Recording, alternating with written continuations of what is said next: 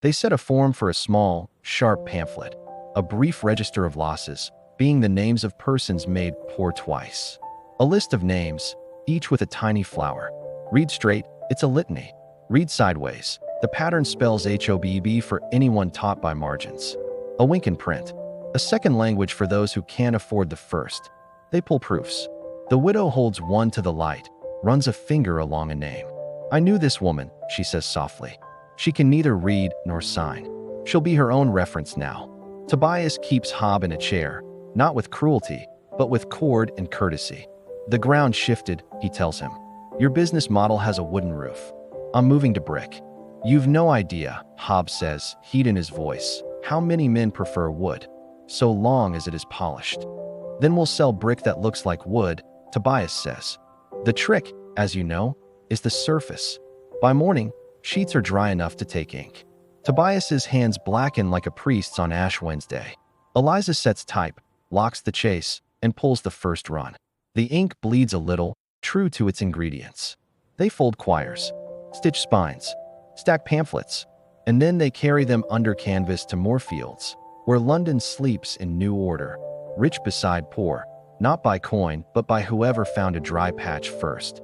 Eliza climbs a barrel and discovers a voice she didn't know she had. A penny for a paper with your name in it, she calls. Or your neighbors, if you fear them forgotten. A penny for proof you exist. People stop. They listen. They buy.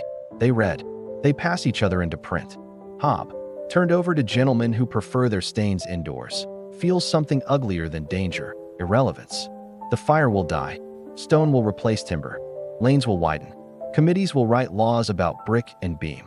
But this gray, ugly little book, soft at the corners, ash in its fiber, circulates where writs cannot. In pockets, in aprons, under pillows, in the lining of hope. The third day, the wind lowers its voice. The fire turns sullen, then tired. People walk back to streets with names, but no houses. The air flakes black. Someone says Wren. Plans bloom too early and exactly on time. Eliza and Tobias stand and look where St. Paul's was. She wipes her cheeks with an ink-stained wrist.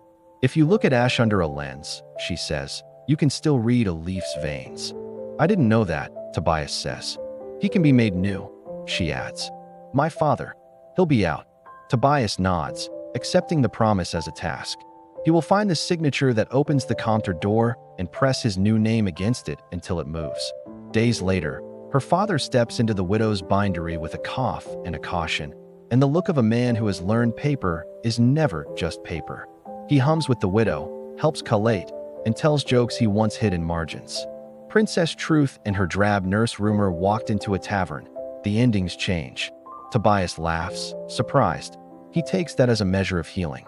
They keep printing. They use the last ash to make ink for a single calf-bound copy, plain brown, no tooling. On the first page, Eliza writes, Ash and Ledger. Beneath, in a flourish only a printer would notice. This book is made from what we chose to burn. They sign it, not as threats, but as a fact.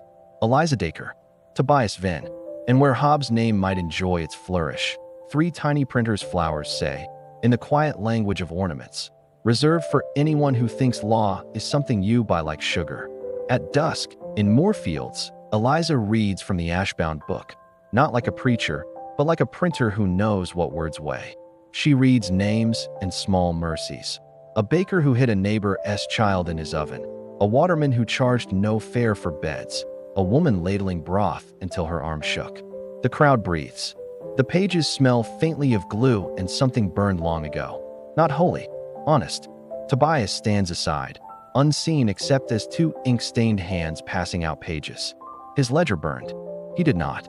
He is becoming Rumor on purpose, and he finds that Rumor can be kind if you feed it the right story. Months on, a committee drafts laws about brick and timber and lane widths. A copy of a brief register of losses lies on a green baize table beside a beautiful map of the rebuilt city. The little book is ugly and soft at the corners. The men in wigs don know that its ink carries carbon from a ledger that once sold people's breath by the shilling. It doesn't matter if they know.